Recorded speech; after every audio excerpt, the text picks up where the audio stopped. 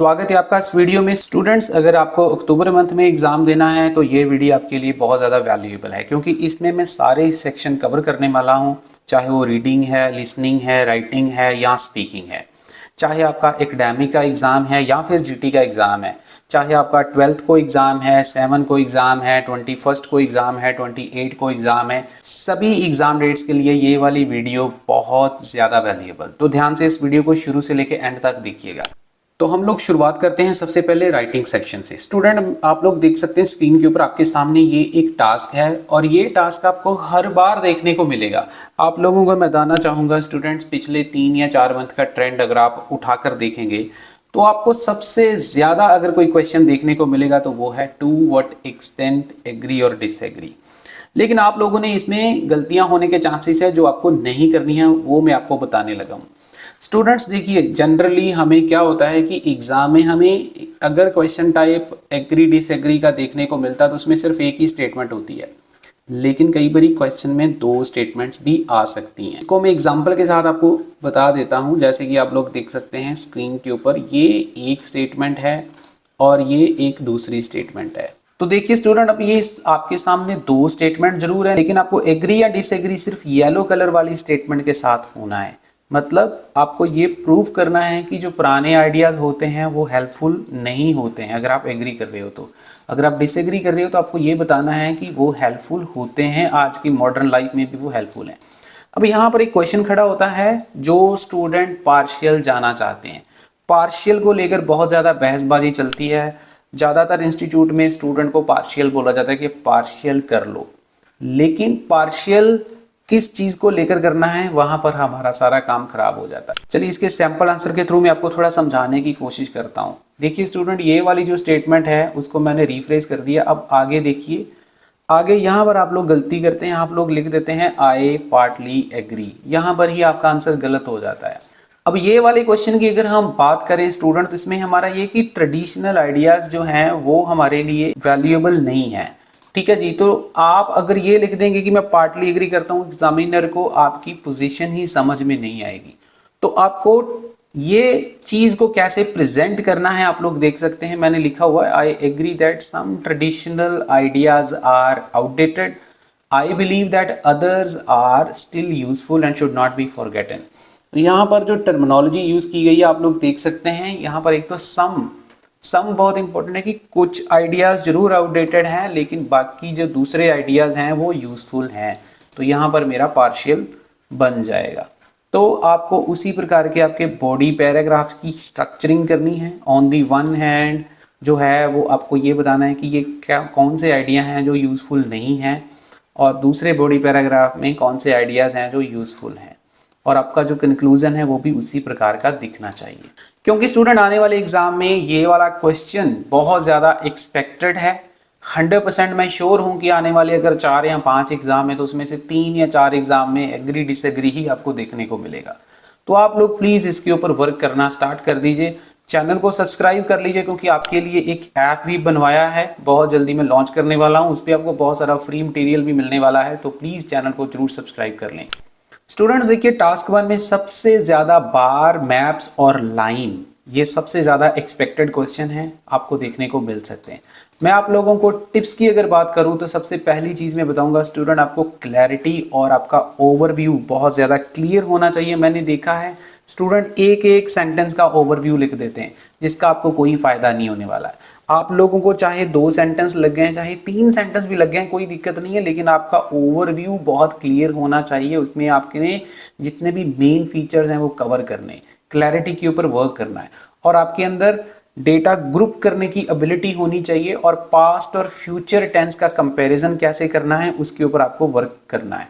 Sentence construction जो है वो आपका टीचर आपको समझा सकता है। इसके ऊपर बहुत जल्दी एक वीडियो आने वाली है, तो इसलिए मैं आपको बोल रहा हूँ चैनल को सब्सक्राइब कर लीजिए। अगली बात मैं ये बताना चाहता हूँ स्टूडेंट्स की काफ़ी ज़्यादा चांसेस हैं कि पुराने जो पास्ट एग्जाम्स हैं वहाँ से क्वेश्चंस रिपीट हो सकते हैं।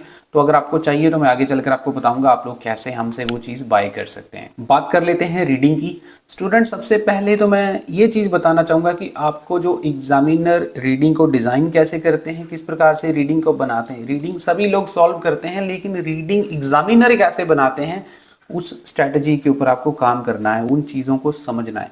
उसके लिए आपका टीचर आपकी हेल्प कर सकता है। प्रैक्टिस तो हम लोग करते रहते हैं, लेकिन वो चीज़ें हमें कोई नहीं करवाता है। उसके बाद स्टूडेंट, ये जो नीचे क्वेश्चंस आपको दिख रहे हैं स्क्रीन के ऊपर, true false not given, list of heading, fill ups, writer opinion, which paragraph contains, ये सारे क्वेश्चंस आपको अच्छे से प्रिपेयर करने हैं। बस इतने भी कर लोगे ना यार, तो भी आपके 6.5 तो आराम से आ ही जाएंगे, आपको ज़्यादा टेंशन लेने की ज़रूरत नहीं है। और मैं बताना चाहूँगा, अगर आपके एग्ज़ाम में 10 दिन या 12 दिन रह गए हैं तो आपको टाइम मैनेजमेंट के ऊपर वर्क करना है। प्रेशर रीडिंग्स करनी स्टार्ट करिए, अपना जो स्टॉप वॉच है उसको लगाएं और अपनी प्रैक्टिस स्टार्ट कर दें। अगर आपको किसी भी प्रकार की रीडिंग में प्रॉब्लम आ रही है, list of heading, paragraph contains, whatever कोई भी प्रॉब्लम आ रही है, my videos are readily available on my channel. You can go through my channel, you will find lot of videos, tips and strategies. और मैं बताना चाहूँगा स्टूडेंट, आपके पास जितना भी टाइम है तो आप लोग पास्ट एग्ज़ाम ही प्रैक्टिस करें जो ऑलरेडी एग्ज़ाम में आ चुके हैं, क्योंकि बार बार वो क्वेश्चंस रिपीट होते हैं। अगर आपको मटेरियल चाहिए, पास्ट एग्ज़ाम्स चाहिए, राइटिंग के, लिसनिंग के या फिर रीडिंग के, तो आप हमारे साथ कांटेक्ट कर सकते हैं। नंबर आपको स्क्रीन के ऊपर दिख रहा है। लिसनिंग की बात करें तो रियल एग्ज़ाम क्वेश्चंस तो आपको प्रैक्टिस करनी है, जो मैंने आपको अभी बताए हैं, और इसके साथ साथ आपको स्पीड जो है 3rd और 4th सेक्शन की, क्योंकि वो एग्ज़ाम में थोड़ी सी अप आती है, तो 1.25 के ऊपर आपको इसकी प्रैक्टिस कर लेनी है। अब हम लास्ट में थोड़ी सी बात स्पीकिंग की कर लेते हैं। सबसे पहली चीज़ स्टूडेंट्स मैं बताना चाहूँगा, आपको ग्रामर के बारे में बहुत ज़्यादा टेंशन नहीं लेनी है। मैंने देखा बहुत सारे स्टूडेंट ग्रामर को लेकर बैठे हुए हैं, लेकिन उनकी फ्लुएंसी बहुत कमज़ोर है। ग्रामर अच्छा क्या करेगा अगर आपकी फ्लुएंसी ही नहीं है? तो मैं आपको हर वीडियोस में बताता हूँ, आपकी फ्लुएंसी ज़्यादा इंपॉर्टेंट है ग्रामर से। प्लीज़, अगर आप छोटी मोटी गलतियाँ कर भी रहे हैं ग्रामर में, वो इतनी वरी वाली बात नहीं है, लेकिन आपकी फ्लुएंसी होनी चाहिए। और नेचुरल स्पीकिंग अपनी इम्प्रूव करें। जितनी ज़्यादा नेचुरल स्पीकिंग करेंगे उतने ज़्यादा अच्छे स्कोर आएंगे। फ्लुएंसी के ऊपर वर्क करें, क्योंकि मैंने देखा है बहुत सारे स्टूडेंट जो हैं पीडीएफ में से रेडीमेड क्वेश्चन को रट्टा लगाने की कोशिश करते हैं, जो आपके लिए बिल्कुल भी हेल्पफुल नहीं है। तो उसके ऊपर वर्क करें। और क्यू कार्ड की भी बहुत ज़्यादा आपको टेंशन नहीं लेनी। मैंने देखा है बहुत सारे स्टूडेंट क्यू कार्ड को लेकर बहुत ज़्यादा चिंतित हो जाते हैं। उनको लगता है कि क्यू कार्ड, ये वाला क्यू कार्ड है, वो वाला क्यू कार्ड है। क्यू कार्ड ठीक है, आपको मिल जाएंगे सारे क्यू कार्ड, उसमें भी कोई टेंशन वाली बात नहीं है, क्योंकि क्यू कार्ड पहले वाला सिस्टम ख़त्म हो चुका है कि पहले एक पीडीएफ आता था, उसी में से सारे क्यू कार्ड आ जाते थे। लेकिन ऐसा इस टाइम पे नहीं चल रहा है। इस टाइम पे एग्जामिनर्स भी बहुत ज़्यादा चालाक हैं, वो आपको क्यू कार्ड बोल्ड कर कर पूछ रहे हैं। तो क्यू कार्ड की आपको इतनी टेंशन भी नहीं लेनी, क्योंकि सिर्फ 1 मिनट का कंटेंट आपने मिनिमम बोलना होता है। अगर आप वो फ्लुएंटली बोल देते हो तो आपका क्यू कार्ड वाला पार्ट खत्म हो जाता है। तो इसकी आप टेंशन लेना बंद करें और फ्लुएंसी के ऊपर वर्क करें। थोड़ा बहुत अगर आप आउट ऑफ टॉपिक भी क्यू कार्ड बोल देते हैं तो भी आपके अच्छे नंबर आएंगे। लेकिन सबसे जो इम्पोर्टेंट चीज़ है वो ये है कि आप अपने टीचर को जरूर बोलें कि वो आपको क्रॉस क्वेश्चंस करें।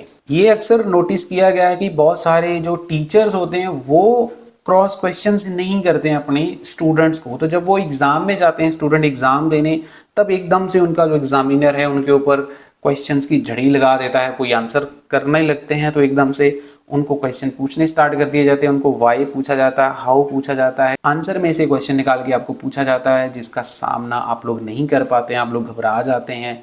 ये सारी चीज़ों के लिए आपको अपने टीचर को बोलना पड़ेगा। अगर वो आपके साथ ऐसा नहीं कर रहे हैं तो मतलब आपने गलत इंस्टीट्यूट चूज़ कर लिया है।